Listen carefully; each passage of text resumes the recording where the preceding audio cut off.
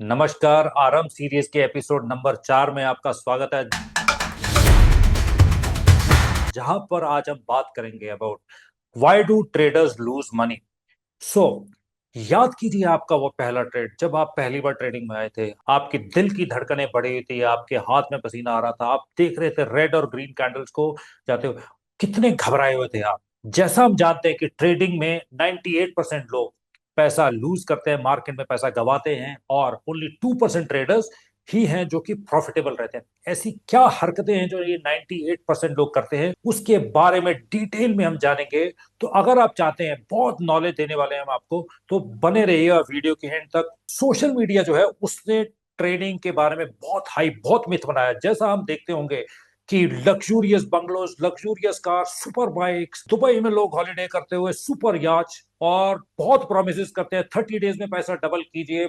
आप ट्रेडिंग में अगर आते हैं 5 लाख का 5 करोड़ करते हैं। आजकल ट्रेडिंग में आना बहुत आसान है। डीमैट अकाउंट खोलने में आपका 3 से 5 दिन का समय लगता है, जिसके बारे में हमने एक डिटेल्ड वीडियो भी बनाया है अपना। हम सब किसी ना किसी प्रोफेशन में हैं दोस्तों।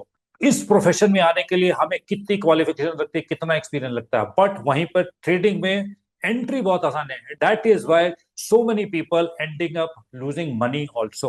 सो मोस्टली जो लोग हैं, they don't spend money on education, और जो स्पेंड करते भी हैं एजुकेशन पे, उनको क्या लगता है कि जो उनकी ट्रेडिंग स्ट्रैटेजीज हैं वही उनकी क्रिस्टल बॉल है, मतलब वही उनका मास्टर स्ट्रोक है। ट्रेडिंग माइंडसेट है आपका, वो बहुत इंपॉर्टेंट रोल प्ले करता है। एक डायलॉग है जिसे हम बहुत बार रिपीट करते हैं कि trading is about 80% psychology and 20% about your trading setups. मतलब आपके ट्रेडिंग सेटअप्स हैं, जो आपकी ट्रेडिंग स्ट्रैटेजीज हैं। तो इस पार्ट को आप बिल्कुल भी इग्नोर नहीं कर सकते हैं। आप ट्रेडिंग स्ट्रैटेजीज में परफेक्ट हो सकते हैं। पिछले एपिसोड में हमने बात की about an S trader Jesse Livermore, जिन्होंने 4 बार मिलियंस कमाए, बट गवा भी दिए क्योंकि उनका इमोशंस पर बिल्कुल भी कंट्रोल नहीं था।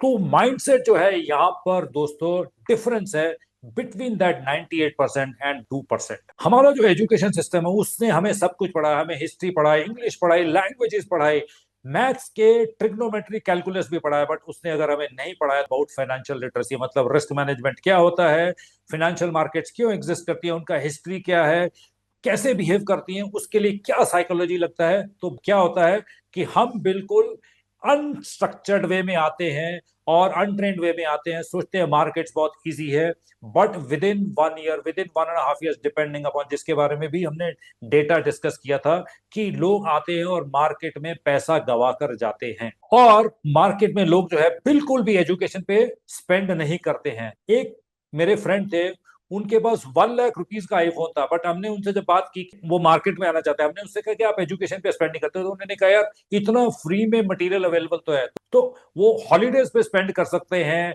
कार्स पे स्पेंड कर सकते हैं, एवरीथिंग दे कैन स्पेंड। बहुत रिलेक्टेंट होते हैं वो टू स्पेंड ऑन एजुकेशन, जो कि बेसिक्स है। ये एक अर्निंग स्किल है, अगर आप इस पे स्पेंड करेंगे तो it will train you for ever, and आप इसमें best of the earnings earn कर सकते हैं। इवन जो ट्रेंड ट्रेडर्स होते हैं वो भी क्या बिलीव करते हैं कि उन्होंने अगर ट्रेडिंग स्ट्रैटेजी सीख लिया तो वो उनकी क्रिस्टल बॉल है, मतलब वो मास्टर स्ट्रोक है। That is enough, but that is not correct. क्योंकि मार्केट में अगर आपकी ट्रेडिंग स्ट्रैटेजीज भी परफेक्ट हैं, तब भी आप पैसा लूज कर सकते हैं। तो क्या ऐसे फैक्टर हैं जो कि आपके अगेंस्ट जाते हैं? Fear and greed. फियर, पहले वाले लॉसेस आपको इतना ओवरवेल्म करते हैं, आपको इतना परेशान करते हैं, इतना हॉन्ट करते हैं, जहां पर आप ट्रेड्स को विन कर सकते हैं उनको भी ट्रेड नहीं करते क्योंकि इतना घबरा जाते हैं। ग्रीड, मतलब जब आपके ट्रेड आपके फेवर में जाते हैं, उसमें विनिंग साइड में जाते हैं, तो क्या होता है, इतने ओवर कॉन्फिडेंट हो जाते हैं, आपको लगता है कि मेरे को वो विनिंग मंत्रा मिल गया है, पोजिशनल ओवरसाइज करने लगता है, रिस्क एक्सपोजर बढ़ाते हैं। Again what happens is account को बस्ट करते हैं। सी, हमें मार्केट में समझना पड़ेगा, market is a game of probabilities. यहाँ पर कोई भी setup is never perfect and permanent.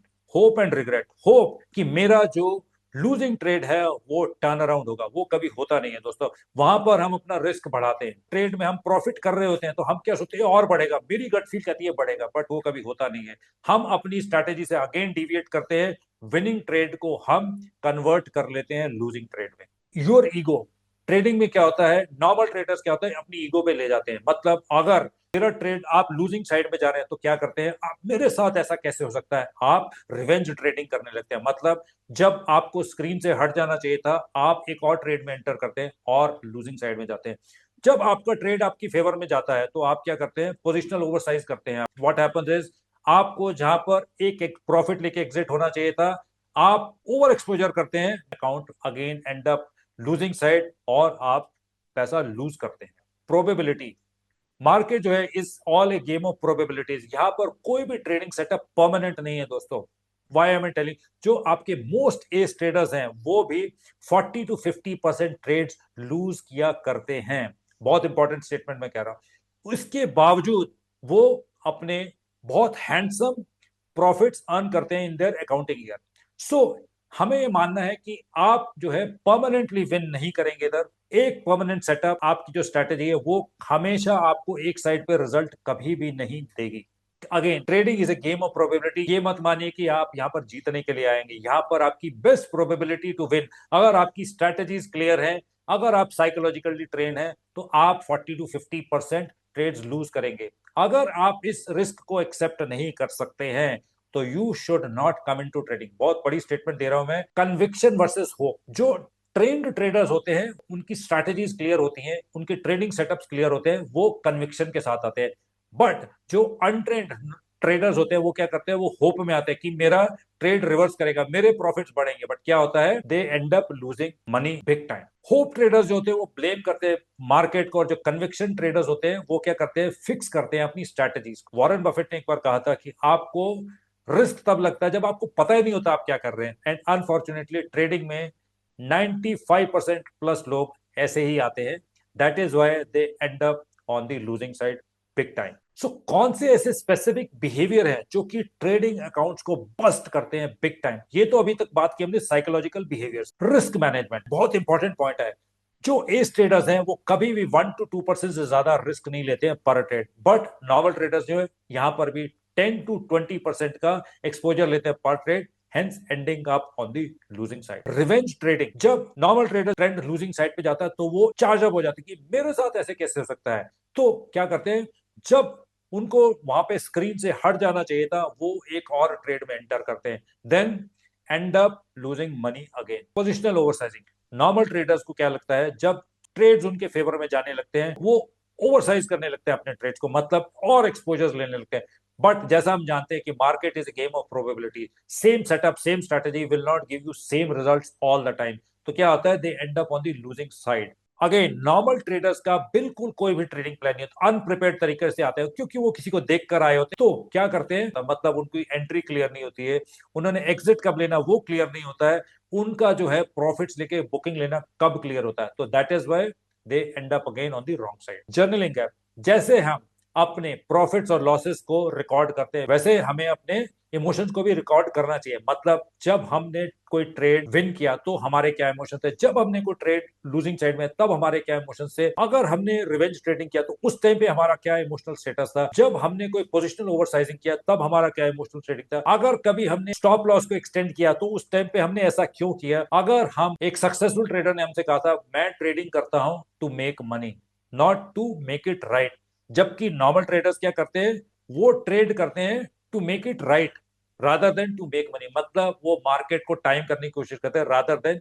Flowing with the market. So आप कैसे ब्रेक करेंगे इस साइकिल को और कैसे उस 2% कैटेगरी में आ सकते हैं? सो द प्रॉब्लम इज कि people don't spend money on 20% and 80%। मतलब वो जो 20% उनकी ट्रेडिंग स्ट्रेटेजीज होती है उस पर बिल्कुल भी स्पेंड नहीं करते हैं, और जो उनका 80% जो साइकोलॉजी है उस पर भी वो उनकी बिल्कुल भी नॉलेज नहीं होती है। सो जैसा हमने पहले भी आपको एक डेटा बताया था कि अगर 100 पीपल मार्केट में एंटर करते हैं तो उसमें से 80 पीपल 6 मंथ्स में अपना ट्रेडिंग करियर गिव अप कर देते हैं, 90 people give up their trading career by the end of 1 year, 95 people end up giving career at the end of 18 month में उनके करियर खत्म हो जाते हैं, and only 5 people stay in the market, उसमें से ओनली 2% आर प्रॉफिटेबल। सो आपका action plan क्या, आपको इन्वेस्ट करना चाहिए एजुकेशन में before spending on real money. मतलब जैसा मैंने आपको बताया कि ये जो 98 पीपल है हु आर नॉट प्रॉफिटेबल, ये मार्केट को on an average 4.5 crore rupees देकर जाते हैं पहले 6 महीने में पर ट्रेडर।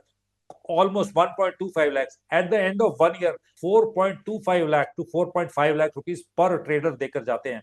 अगर यही पैसा हम इसमें जो कि फ्रैक्शन ऑफ मनी अगर एजुकेशन पर स्पेंड करते थे तो हम लाइफ भर एक प्रॉफिटेबल ट्रेडर हो सकते थे। Develop a clear cut trading plan with clear rules, proper risk management religiously follow करेंगे, 1 to 2%, नॉट 10 to 20%। आप अपने क्लियर कट ट्रेडिंग जर्नल रखिए जहां पर आप अपने प्रॉफिट एंड लॉसेस के अलावा अपने इमोशंस को एक्सेप्ट कीजिए कि that losses are part of the game. Trading जो है is a game of probability, यहां पर आप हमेशा नहीं जीतेंगे। फियर को एज एन अलार्म यूज कीजिए, उसको अपनी स्ट्रेंथ की तरह यूज कीजिए, रादर देन उससे घबरा के एनालिसिस पैरालिसिस में चले जाएं जहां पर आप अपने विनिंग ट्रेड्स को भी लूज करें। सो मार्केट जो है बिल्कुल जैसा आपने कहा is a game of probability, बिल्कुल न्यूट्रल स्टेट में रहता है। इट डजंट केयर अबाउट आपके टारगेट, आपके इमोशंस बिल्कुल भी परवाह नहीं करता है। वो हमेशा रिवॉर्ड करता है आपकी कंसिस्टेंसी को, आपकी स्ट्रेटजीज को, आपके कंसिस्टेंट ट्रेडिंग प्लान्स को। रिमेंबर, जो मार्केट है वो आपका एनिमी नहीं है, बट आपका अनट्रेन्ड माइंड जरूर है।